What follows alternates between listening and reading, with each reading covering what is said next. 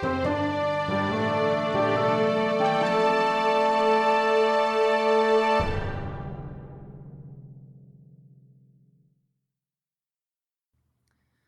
Story Seekers. I'm Ben.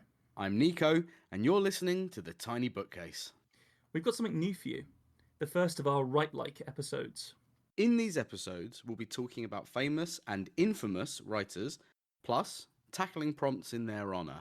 Style, structure, or tone. The intention is to take our styles and see what happens when we try to make it feel like the greats. In the words of Tom Wolfe, there are only two adjectives writers care about: brilliant and outrageous. Hunter S. Thompson has a freehold on both of them. Founder of Gonzo journalism, author of The Rum Diary, and famously of Fear and Loathing in Las Vegas, he's something of an immense place to start these Write Likes. And picked entirely by random as well, which was pretty cool. We wrote a list. We rolled a digital dice. It got fat quick, that list. Oh, we should put that person on. Oh, that person. It's quite presumptuous of us as well, I think, to say we should try and write in the style of this person. I mean, to do it to anyone is you can attempt bold. anything. You can attempt anything you want. Whether you actually succeed or it's even good that you did succeed is up for debate, I think. But it's certainly an exercise in some kind of writerly muscle, isn't it? I had no idea there was going to be a grading curve. I'm fucked. It's yeah. We were thinking roughly along the lines of who should be in it, and then suddenly it expanded out into some really wild people. And Hunter S. Thompson was really late to be added to that list. But deep. Yeah, but we were just like, oh no, we have to start with Hunter, and then we rolled, and it was Hunter. So that's pretty excellent. But if you're listening and you have a writer that you think we should try and write like, you need to let us know immediately, and they will be added to the list. That goes for both if you think we could do something interesting like them, or you want to see us, fall at a hurdle.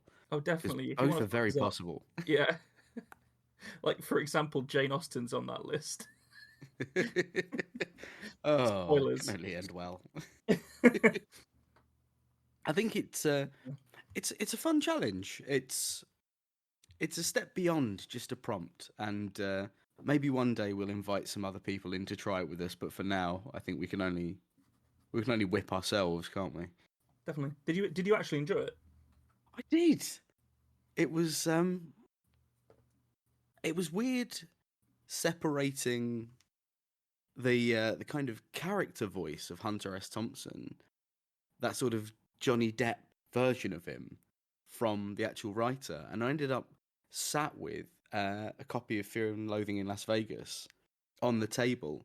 And when I felt like I was losing it, I was grabbing it up, flipping to a random page and reading some sentences completely out of context to kind of find that tone. Just bump a line of Hunter S. Thompson and then... Basically, yeah. Nice. What about yourself? Did you jive with it? Yeah, I didn't have the voice thing, but I'm not... I don't connect with things in the way in that way that you do, because I'm not a voice actor in the way that you are. So I'm sure that iconic Johnny Depp impression of Hunter S. Thompson must stick really heavily in the mind. But I didn't really have that problem. I think there's something... Well, it's a fucking truism to say that there's something incredibly frenetic about his writing. It's kind of like first-person Gonzo stuff. It's fast. It feels like driving a stolen car, writing. Yeah. As Hunter S. Thompson. There's this wild, having huge scenes with no detail and then hyper-focusing on one detail that just... It makes you feel like being in the brain of a drug addict. It's amazing. So that's a really interesting point, because we actually haven't... This is the first time we're talking about this together. Yeah. And I think I did some fairly similar stuff, so we've clearly hit on something similarly in the vein of our writing.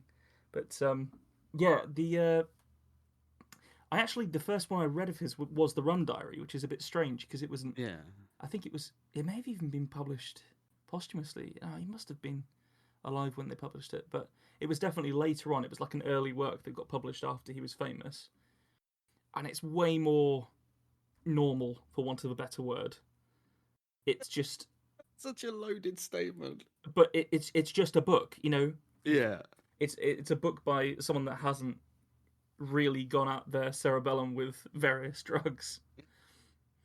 Um, but it still has some of his style and tone and punch to it, which makes it pretty good. Um, and then yeah, I went on to Fear and Loathing, and I've also read bits of the Hell's Angel stuff and the campaign trail. His anti-Nixon stuff is fantastic. It's so fun. But yeah, he's a hell of a writer. So it was fascinating trying to inject him. Well, yeah. Do you feel like you injected him into your writing, or you laid him over the top? Um, your stolen car analogy was quite good. It was more like I let him inhabit me, What, but more like a possession sort of thing? yeah, but not really, because it was more like I summoned a demon that was a fan of him and let it right through me. So it knew the hallmarks but didn't have any of the skill. I can't remember where I read this, but someone said if you're wondering whether I do know I do know who it was. Sorry. Um, if you're wondering whether Hunter S. Thompson went to heaven or hell, just find whichever one Richard Nixon went to, and you'll be sure to find our boy. And it was Ralph Steadman, the guy that did the illustrations, Yes. quite famously with lipstick and eyeliner. I think they were drawn in. I Um, absolutely love them as well. yeah, Absolutely love the art. they're bonkers, aren't they? But yeah, so using that demon analogy is fairly fitting, I think, because Nixon definitely went to hell. So that's if you believe in such fanciful notions, of course. I choose not to believe it. So, let's get into it, you swine. You're up first. We've picked a prompt. Your prompt is death. So, in the style of Hunter S. Thompson, take it away, Ben. Death. The gravity of our situation had caused us to fall through the planet, to the very edges of humanity's grasp. That grip was loose here, and the fun to be had in the chaos was sought by all those brave malcontents, unwilling to keep breathing clean, unrecycled air. We'd found ourselves in the grease trap of geostationary orbit, caught and discarded all at once, on a place not made by human hands. That much was obvious, even in the completely twisted state I found myself in. You didn't need to scrape too hard on the veneer of human usage to find the inherent strangeness of inexplicable xeno-intention in every surface, panel, and bulkhead. The drowning quiet of the ship's hull seemed to suck at every sound the myriad of people around me made as they capered through the strip of gambling dens, knocking shops, and tattoo parlours bivouacked in the tall corridor. It deadened them, so they grew louder. Every elated shout, thumping moan, or tickled giggle screwed into my ears, demanding to be acknowledged as human in a manner too excessive to be believed. Recognizing a downer, I popped open the attaché I'd bought from a man in Mexico City before my ascension. The host of necessaries that were included in the purchase included an assortment of anti-gravity sickness tablets, sleeping agents, and other things well suited to a life as an astronaut. For myself, I'd never intended to be among the number of that dangerous and impressive profession, and the strangeness of my situation caused the tight little chuckle to be sucked from my lips into the weird metal of the wall I pressed my head against. It occurred to me that I should try and get back what had been stolen, but I forced myself to concentrate on the attaché.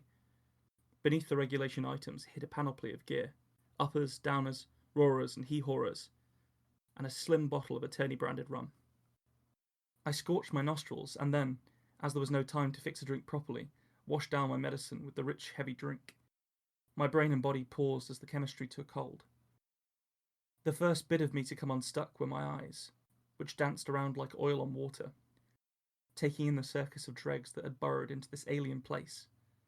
Life, the version of it known only to the truly free or clinically insane, had filled the decks of this floating impossibility. The ship itself was enormous, like a tiered sky pyramid, and was the colour of cactus blood within and without. When it had first appeared above us, the human race had tilted its head to look and become transfixed. Our blood had pooled at one side, drowning the ability to think about anything else.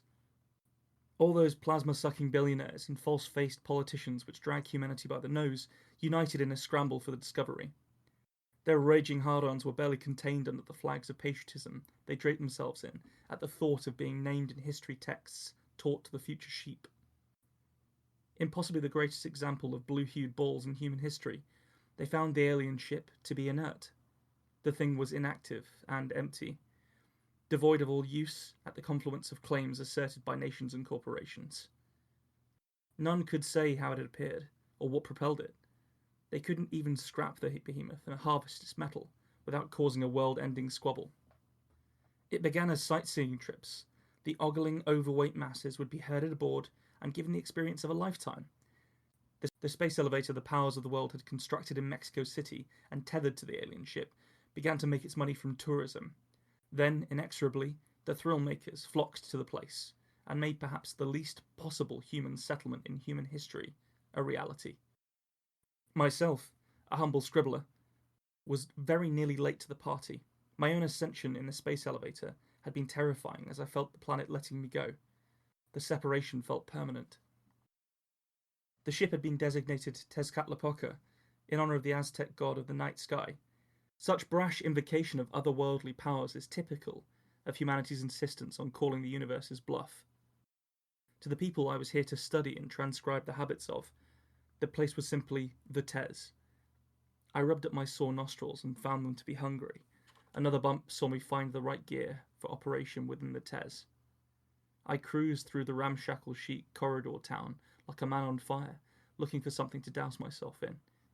The dens of vice and attached domiciles were spreading through the many tiers of the Tez like a fungus, impermanent and sentient. I rose through the tiers, hopping from bar to bar, filling my tank with booze and stories.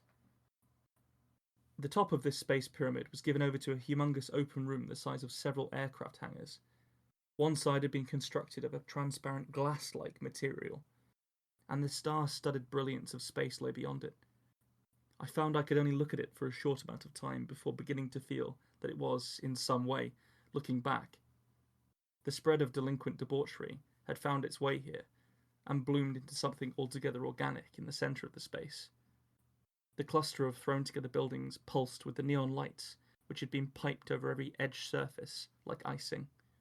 The thing glowed, but at the edges of its light, high up in the cavernous space gallery, I began to make out the shapes. They hung above us like some great and insidious version of the Sistine Chapel's noble ceiling. Carved into the metal, a relief of blood-curdling fear began to make sense to my human eyes. Humanoid shapes made of whirling patterns, their heads appearing as snarling masks, perpetrated unknowable horrors within the helix-marked metalwork. All of it seemed to gather, spiral-like, above the pumping mass of the Tez's capital of sin. Scroll. The tableau sent me further west than I'd have ever been, and in a fit of valour brought about by my chemistry, I set about warning the inhabitants of their watchers. Their insane grins at my news brought only more madness as the fear dripped from me like sweat. A passing whore took pity on me and administered the necessary medicine before he wandered on to hunt for his next meal. The little bite mark of the needle oozed, and my red stuff dripped onto the exposed metal of the floor. The medicine rushed through me, calming me, as before my eyes I saw the metal suck at the liquid I had carelessly dropped. It beaded and bounced upon the surface until it fell into a fine furrowed runnel, then sped along it with a purpose that I had not observed in my blood before. What right-thinking journalist wouldn't pursue such a lead? Like a stallion who no longer needs the touch of spurs to gallop, I resolved to get to the bottom of this enigma. I scurried after the droplet, scattering revellers and maniacs as I did so. Blinkered to the man-made architecture of the Tez, I smashed through the neon hovels and leapt the high roller tables. This horse can run, I thought, as I untangled myself from a tarpaulin that had been ribboned and festooned between buildings. I was gaining ground on my blood bead when I crashed through a thin glass sign outside of a casino. My ankle twisted under me, and I knew they would have to shoot the horse. The glass laceration added more runners late in the race, and I watched them stream away from me as they limped on like a hobbled marathon runner. The runnels came together on a section of floor in a conflux of my blood.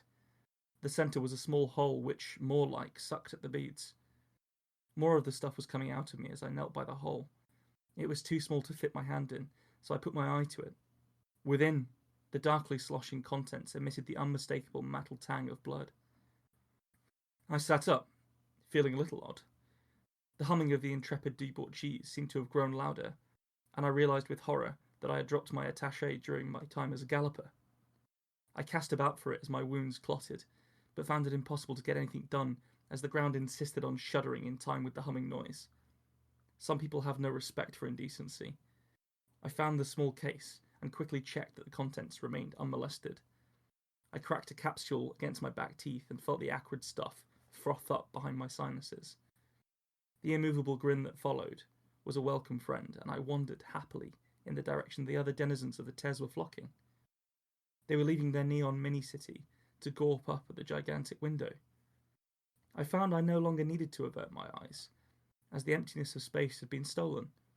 In its place hung a red and green planet.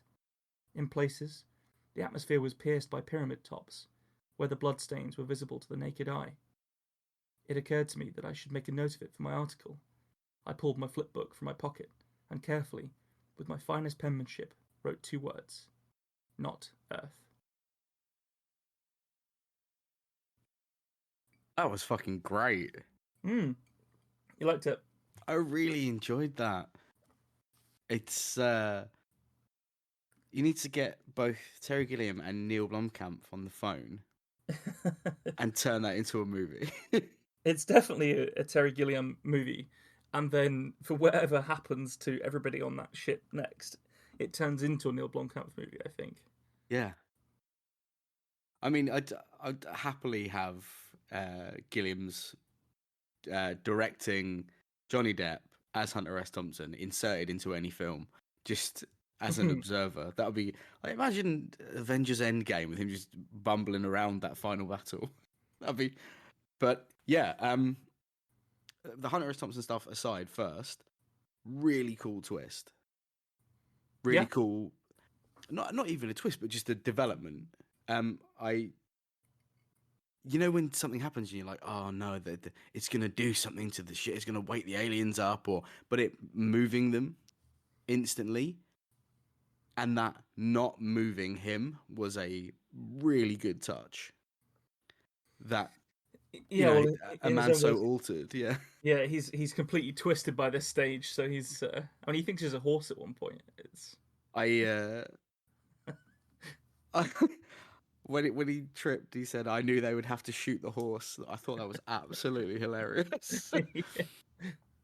There's some absolutely beautiful little phrases in there that really, really like showed you'd got your teeth into how he writes. There was a when you're talking about the energy that he'd not perceived in his blood before, which has this great implication of a man who has spent a great deal of time monitoring his own blood, which is a very like, it just works. It fit that Hunter S. Thompson vibe, and I knew you were getting it right because you were saying weird shit, and I was like, okay, yeah, that's cool. I'm in, yeah. It's fine. Like, oh, also, if you do not get the words "some people have no respect for indecency" tattooed on yourself somewhere, I will disown you. It's a lot of fun. I found it very freeing writing as Hunter S. Thompson, but it's also, now actually coming to read it out, I can sort of see what you were saying about the voice. Like, the temptation not to use my own voice was quite I felt like I was fighting against my voice whilst reading that. I would say that I think this looks better on paper than it does for me reading out, which is a really stupid thing to say on a podcast where we read stories out. But it sort of does. Like, there's it looks quite mad on the page, which is what Thompson's writing looks like. There's lots of ellipses and all that stuff happening. I think that's the thing about the voice, where because we know what his voice sounds like, and he writes in his own voice. When you're trying to emulate Hunter S. Thompson, it's actually quite. It's set in the way that things are said, so there is that. Like, I've made a conscious decision that I'm not going to do the voice when I read. Yeah.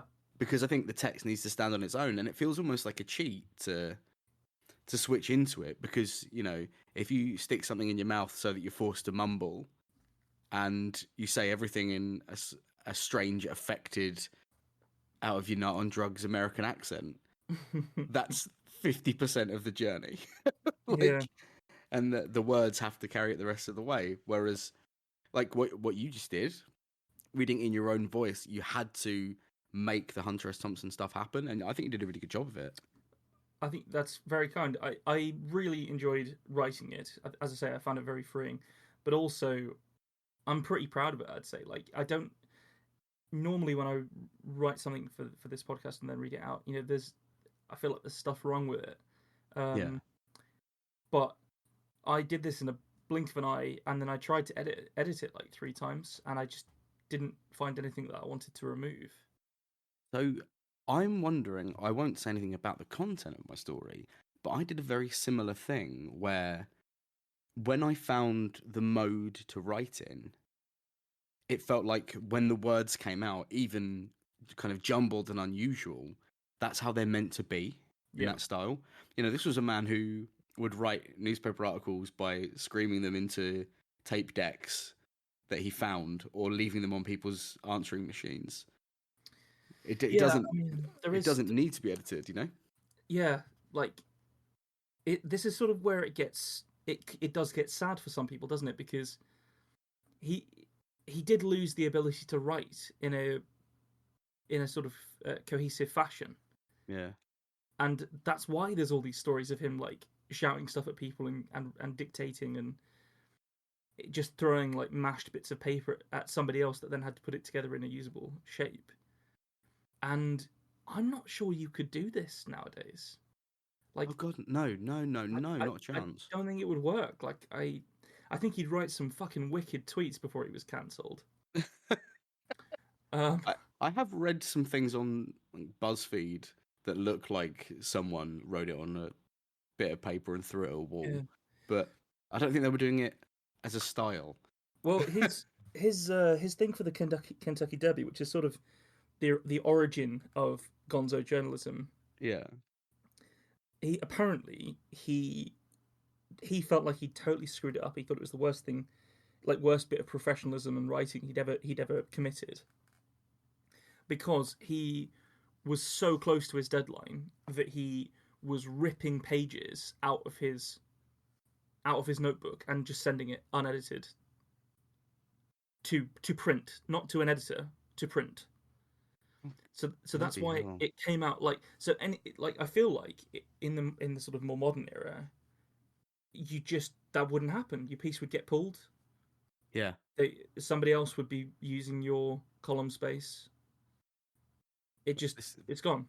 This was a man who was paid in advance, so you had to do whatever he'd written. You had to put it out because he'd already spent the money on drugs. So too late. Sorry, Mr. Newspaper. Yeah, but there was something that after I wrote this, I went away and I read a bit of Hunter S. Thompson that I'd never read before, which is a short story collection called Screwjack that has a couple of it has 3 short stories in it. They're sort of not are they microfiction? Possibly. They are short stories, but they're very, very short. Yeah. The book is impossibly slim. It's 59 like a pages. folded A4 sheet. Yeah, basically, it's borderline a chapbook. It's 59 pages. Mm-hmm. It's got double-sized font, possibly, and massive spacing all around and then between the lines as well. So it looks like a young adult's fiction book when you open it. So it's not 59 pages worth of stories. It's about 25 pages worth of stories, if that. But it's immediately arresting. And there's something they published the letter that he sent to the editor along with it, and the bit where he's talking about how he wants it to go, like how he wants it to look. He says that he wants it to build like Bolero to a faster and wilder climax that will drag the reader relentlessly up a hill and then drop him off a cliff. That is the desired effect.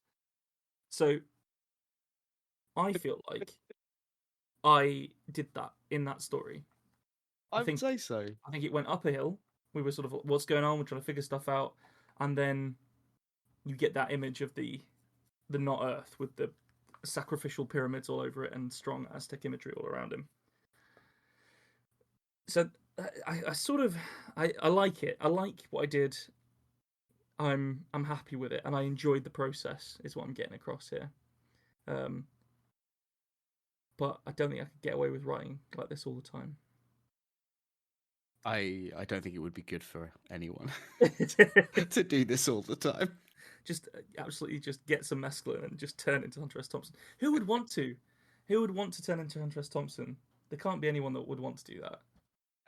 If you would, feel free to tweet us at Yeah. Bookcase Tiny and tell us that you have terrible ambitions. He said, because he shot himself at, I think it was 57. Yeah. Might be 56. And he said that it was 17 years longer than he needed or wanted. Which is a bleak fucking way to look at your life, isn't it? Yeah, that's horrid. Yeah, this is a man with children. Anyway. How old were they? Because if they were 17, you would feel bad, wouldn't you? I think at least one of them was an adult because he found the corpse and fired 3 rounds of his shotgun off into the air as a salute to his father. That's genetic. I think it might be genetic. Yeah. I think it's in not casting any aspersions on Hunter, but it's definitely not how I see the world. Anyway, speaking of seeing the world, shall we have your story to the prompt death? Oh, go on then. Death. 1437, a day in the midst of June. The precise date is lost in the mad architecture of that time. I'm waiting just off of Highway 54 for a priest. He's a wild-eyed Spaniard, his teeth stained to the hue of an ancient walnut. Miguel Fantines. He insists that we've met before. He remembers curious details of an encounter that I do not recall. My time in Spain is full of holes like these, a Swiss cheese of half-remembered nights in empty bottles. I do not know this holy man. His hands move with the ease and grace of a bird in flight. I fear the way to grasp me with them, he would choke the life from me. A fish, caught in a heron's beak. You must be the holy man. Long way from any church. Long way from God, I should think. I am speaking too quickly. My fear must be up. The ash cascades from my cigarette. When did I light it? How long have I stood here? How long has he stood here? Yes, that's me, he says. It's good to see you again. I smile, in the hope that that will suffice as an answer for this God-filled deviant. Well then, haven't we to business? Business? He asks. His lips look dry as a desert amphibian. The dead man. I can barely contain my panic. Whatever I have traded my lunch for is performing a 3-ring circus act inside my gut. Trapeze artists are swinging into my brain. The kaleidoscope of realities twisted through each other, terrible shards of coloured light. Each one is vying for its place at the centre of my whirling vision. Tell me about the dead man! Was it here? I spin about. The place has a tang of the dead to it. Oh, God. The priest killed him. Right here, didn't he? Some other wretched soul tricked into a meeting with this savage killer of the cloth. Don't do it too slowly. The request comes unbidden from my lips. The priest has the look of an animal to him. Close to here, yes, but a long time ago. His voice is calm. I cling to the charred boards of his ease as the eddies of my mind threaten to swell me into the abyss.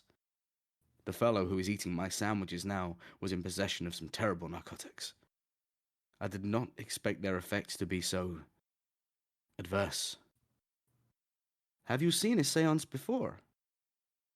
I didn't think I had, but it's hard to say. All sorts of strange and devious happenings followed me into every corner of the globe. My agent seemed to be able to reach me no matter where I was, or how deep into my fugue. Perhaps they could reach the dead. Perhaps I was among them. Tell me, am I alive, man? The priest recoils from me. He is afraid. His sweat drips, and I don't blame the scorching sun. You must be. But why? I demand. Well, I'm talking to you, aren't I? It bounces off of something in my brain. Well, you talk to the dead, man. Is this the seance already? I clutch at him. He is unperturbed. I must be among the living. No man would be so smooth, so undisturbed if clutched by a ghoulish apparition. No, that is tonight, he says. leading me to his car. It's small, some sort of blue, obscured so deviously by the sand. I knew to keep my guard up, getting into this man's vehicle. How many pretty young girls had vanished into the back of his truck, hitchhiking their way into a grave? Perhaps some of them were already dead. Deader than we had thought anyway. I awoke, suddenly. The engine had ceased its purring and darkness enveloped the world. If it had not been for the leather at my back, I would have assumed myself buried alive. I knew I wasn't dead. There was a needle between my eyes. It was evidence I was alive. I needed a drink, or something with more verve to return my form to functionality. A note had been left for me on the dashboard. The priest had gone into the house. Didn't want to wake me. I checked my modest belongings in the briefcase. A notepad, scrawled in handwriting that looked as though someone had borrowed my fingers to make it, but not known how to use them. A Panama hat, a name I didn't recognize sewn into the brim. Unless I was George Pachinko in a former life. Finally there, stuffed at the bottom, was the gold mine I was searching for. The tabs of acid were gone, as was the cocaine, a tightrope I had walked and fallen from. Luckily, here was the safety net, a handful of mushrooms, and some pills that I prayed were uppers. I chewed it all. The foul paste clung to my teeth. I allowed it to begin boiling in me before I made my way into the home of the necromantic holy man. The door opened with my shoulders pressure against it, and the creatures inside leapt back. Cries of horror emanated from them. Perhaps they thought I was a spectre, barging my way into their party, uninvited. "Ah, Mr. Pachinko, you are awake. Your journey must have taken it out of you." So I was him, at least to the priest. Had I packed the hat as a reminder? Was I my only ally in this den of snakes? Their eyes glowed yellow. A framed photograph of Theodore Roosevelt hung above a table lined with a strange doily, laden with gilded eggs. I knew I was in too deep. The only thing to do was press on. Confidence can save a man's life. Yes, I awoke. I won't be the last either. Have you summoned the devil yet? The man's eyes flashed with primal terror. The devil, sir, we would never. Don't believe him! I tried to protect the snakes. The man has a hoofprint on the roof of his car. I can see the horns on him. They grew from his head. I knew I was in too deep. The only option was to embrace it. And frankly, I'm glad. I moved close. His eyes were wide. He, too, must have spied the vipers all around us. You have to play along, Padre. We're surrounded on all sides by serpents. Draw the pentagram. Man, there's not a moment to lose. Another lit cigarette is in my mouth. Who keeps doing this to me? For me. I don't know how to do that. His panic is palpable. I can feel it chewing at the foundation. The supporting beams will give way soon, burying us both with the writhing, venomous members of this sordid high society. You heard him! He's a non-believer! I grab the man by his long fingers and drag him towards the door. The vipers wail in what I can only assume is sexual excitement. The debauchery of it terrifies me. Stop fighting, old man, I'm saving your life! He doesn't seem to believe me. The place is too far gone. Belly wrigglers and demented priests. I have to fly from here, before they summon the devil, or Teddy Roosevelt, and I'm forced to dig to freedom. I spy the lights of a passing car. Calling out for aid, they stop and let me in. Hippie-looking fellows. Their hair is long and dirty. Not so dirty as the pit I'm fleeing. Drive, damn it, man, drive! Satan is on our heels! He responds with action, and we skid into the night, our wheels carrying us away from the serpentine circus of the dead. That was incredibly enjoyable. It was really fun. Like it felt like you were inhabited by Hunter. You captured. I tell you what it was. You captured his fear and anxiety whilst high. Yeah. Perfectly, I would say. That's exactly what it reads like, and also to a certain extent what the sort of the movie version of Fear and Loathing is like as well. Yeah. It's kind of like I can see the kind of crazed eyes looking at the camera, sort of thing. Yeah. Which is a really cool thing to have captured. Great lines as well. Calling snakes belly wrigglers, Yeah. excellent. And the hoofprint on the roof of his car was excellent too. I just thoroughly loved it. It seemed to gel really nicely with your already like flowing prose. I can see that. I think we both with both of our pieces, it feels like us with a Hunter S. Thompson filter. Like, I think you could, like, in an editing process, we could take some of it out and just turn it back into us. Yeah, possibly. It'd be difficult. I think you'd sort of lose something, wouldn't you? Like these Yeah. pieces were conceived and sort of perpetrated like this, so I think that's how they are now. The idea of him going to a séance was good. I feel like it possibly that reads more journalistically than a short story, if that makes sense. Yeah. I love it. I think it's really good, but I think it needs a sort of more. I don't know. Maybe like more of an ending. I guess. Yeah.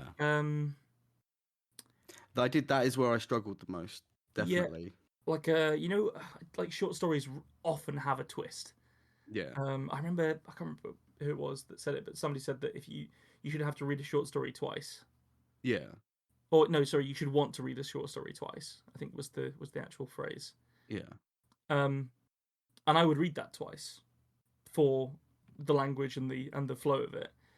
But I think it could do with something that makes you question the early sections of the story, just to give it that final little like finishing hook. Yeah. To an already excellent bit of writing. Like possibly the hippies of the devil would be a good one. Oh, that would be a good one. Something like that. But like it was start to finish absolute romp. Very, very Hunter. I don't think anyone could argue with that. Like even with you doing not doing the Hunter voice, you were just doing your own version of that character. Yeah. It came across really clearly. I thought that was excellent. I think the thing I connect with the most when I read his writing is how conversations are written, because he doesn't follow any of that, like the form you're taught of, and then it goes to a new line for each character and always say who's saying what. He just throws the words out, yeah, as he remembers them, and I enjoyed writing it down, and then it was a nightmare when I was reading it.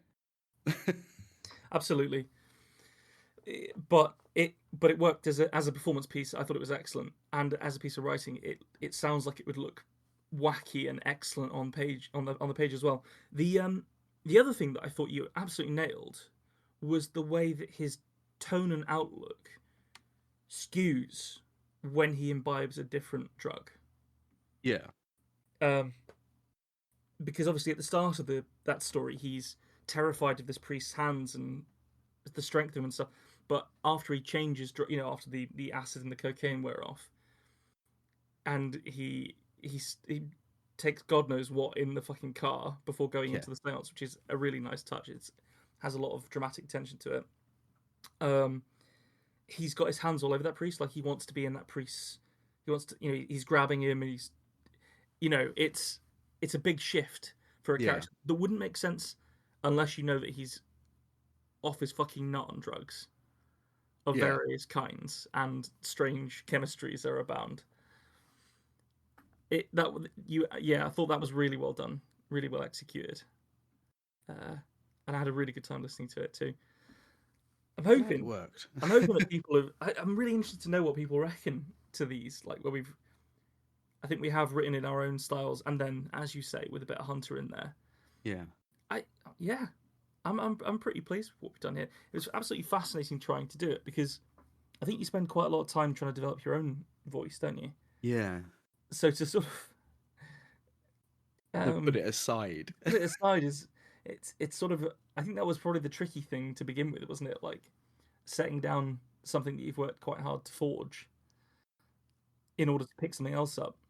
I think it works brilliantly though, because there are moments like in there was definitely a crossroad moment in your story. When he was laying on the ground, he'd just been doped by a prostitute.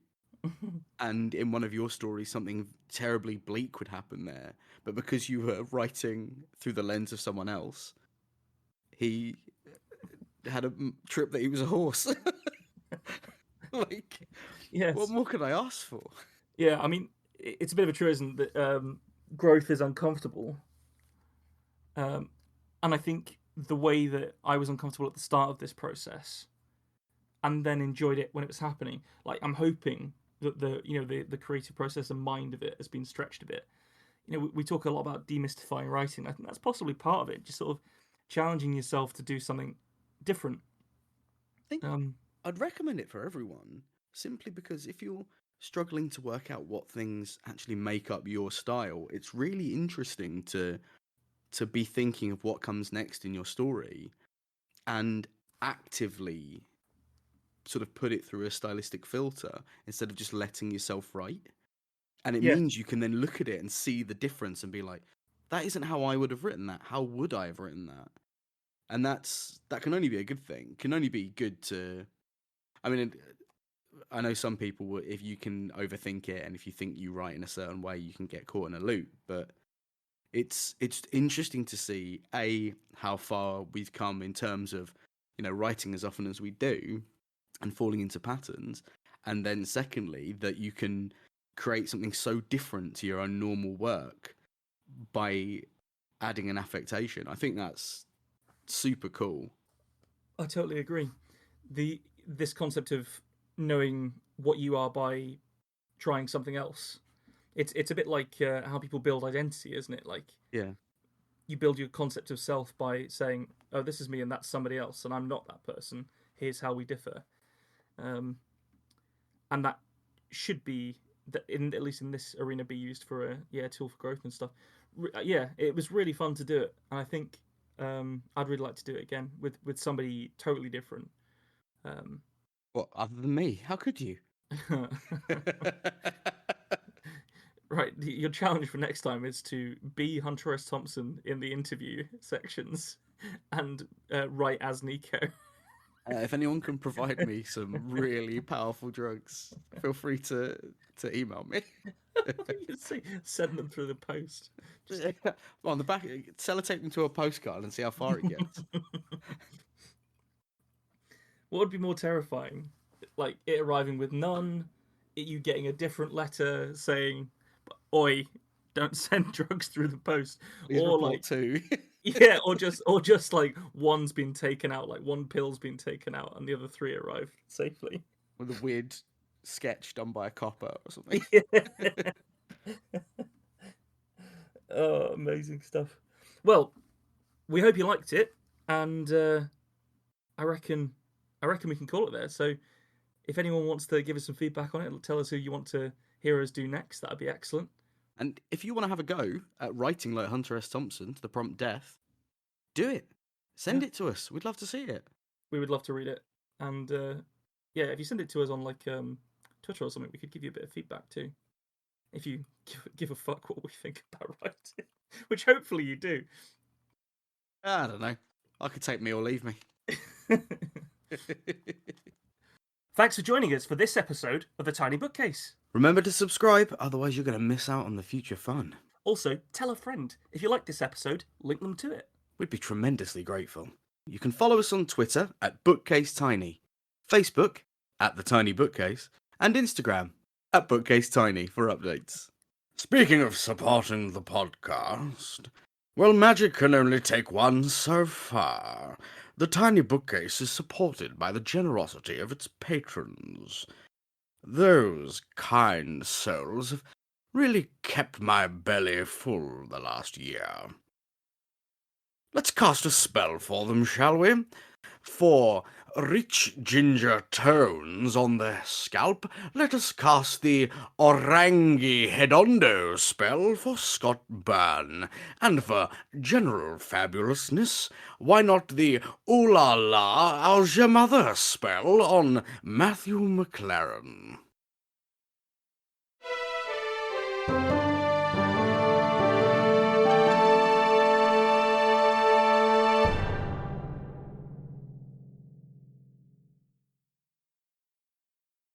How do you come up with that shit, man?